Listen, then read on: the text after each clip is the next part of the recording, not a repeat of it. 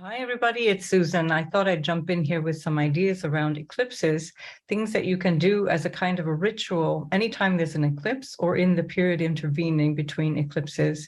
It's often a really turbulent period where things are changing rapidly. If not in your own life, then usually around you, things are changing quite a lot.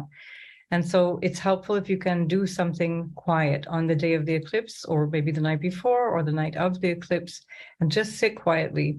You're not sitting to do anything in particular unless you already have a practice, but sit with yourself and listen. Just allow yourself to be, breathe, and focus in on whatever is coming up through you. It's not a great time to be creating all kinds of strategic plans. So let yourself relax a little bit and just notice that there's a time and a place for everything. There may not be anything seeming to work out at this time, but let the eclipse season pass a little bit. That means usually within days or a couple of weeks at the most after an eclipse, things become really clear. What it is that you need to do to go forward becomes much more aware, much more clear for you. And so you can start to plan at that point, but don't plan during an eclipse. Another thing traditionally that they say is don't eat during an eclipse. And in fact, Ayurveda, all of my teachers, whether it be my yoga teachers, my meditation teachers, my Ayurveda teachers, all of them said, don't eat during an eclipse.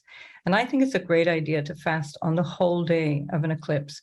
Now, you don't have to fast completely, and especially if some of you have eating disorders or there's a history of problems with food, don't fast completely.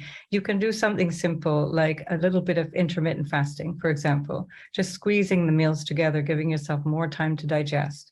And if you do want to fast, you can do it even in the more traditional way, which is simply to eliminate grains, sugar, processed food, caffeine, all of the bad stuff, and of course, alcohol, and just allow your body to rest, have easy to digest foods like vegetables, fruits, soups and broths, and maybe juices or something very, very light on the digestive system, whatever works for you and your climate.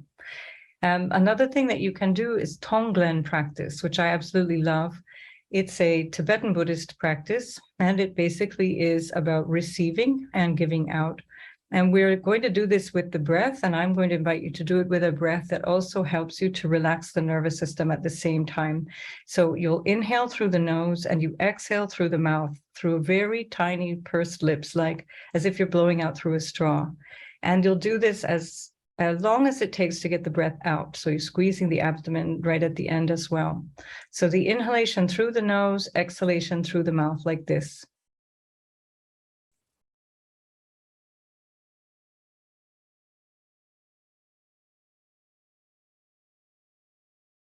Just doing that 3 times will reset your nervous system. It allows the parasympathetic nervous system to take over from the sympathetic nervous system to make you feel more calm. The other thing you can do with that breathing is the Tonglen practice, meaning that as you inhale through the nose, you can inhale something like anxiety. And as you exhale peace. So you're not taking in anxiety as if you want to absorb it. You're inhaling that to transmute it and process it and let it go. So inhaling anxiety, exhaling peace, inhaling frustration, exhaling calm. Inhaling anger, exhaling love. Find the thing that works for you. The thing that jumps to your mind in the moment is the right thing for you. There's no right or wrong way to do this. There is a traditional way using the different, the more disturbing, let's say, emotions, the ones like anger and frustration and jealousy and all of those. And you can use those ones, of course, and then working through compassion and love, forgiveness, acceptance, etc., on the other end as you exhale. So what we're looking to do is be a kind of a conduit for things that are coming through us but not staying with us. And when we've processed all of these things that we're imagining that we don't have to do it perfectly, but we're bringing that in our awareness and exhaling, giving out something much, much better. So that's another practice that you might like to do. It's very calming and it allows you to feel connected to the rest of the world as well. Another thing which I really recommend people do is to do a self-assessment. And so these questions become really helpful. It allows you to look at your life and where you are so that as the eclipse sort of energy is flipping something or changing something or making something around you change, then you'll be able to at least have a goal, have a plan, and look forward to something being different. And in doing so, you want to understand where you are today, what might have gone wrong in the past, and what you'd like to see going forward. So I'll read these questions, but you're also going to find a Word document linked below, and you can use that Word document to allow you to go through this on your own. And so just download that in your own time and adapt the document as you need it. So the questions are as follows. What am I doing well that I need to continue doing? It's important to recognize that things are usually pretty much going well. Sometimes we only focus on the negative stuff, and especially when things are really stressful, when we're in a period of a lot of anxiety, we overlook how good things can be in even the smallest way. So pat yourself on the back and notice where you really are doing well. The next question is, what am I doing that I need to do more of? So is there something that I know I'm doing, but I really should develop? So add to that list as well. These first two lists should be really long, so keep adding. And then what am I doing that I need to reduce or stop doing entirely? That can be with regards to habits or our speech or the way we eat or the way we consume something, or it can be with regards to work, the way that you feel around work. All of these things can be examined. So there's nothing off the agenda here. And then what am I not doing that I need to start doing? So that often there's that thing like, I must go to the gym, or I must do that exercise, or I must blah, blah, blah. So what are the woulds and the shoulds and all those things that are coming up in your mind most of the time?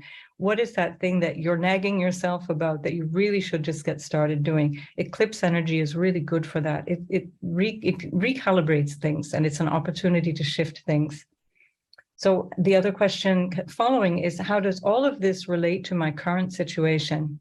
So from all of what you've just seen, does that affect your health? Does it affect your relationships? Does it affect your happiness, your well-being, your job, etc.? And then to wrap all of it up together, the last question is, with all of this in mind, how can I plan to move forward towards my goals in my life for a better future?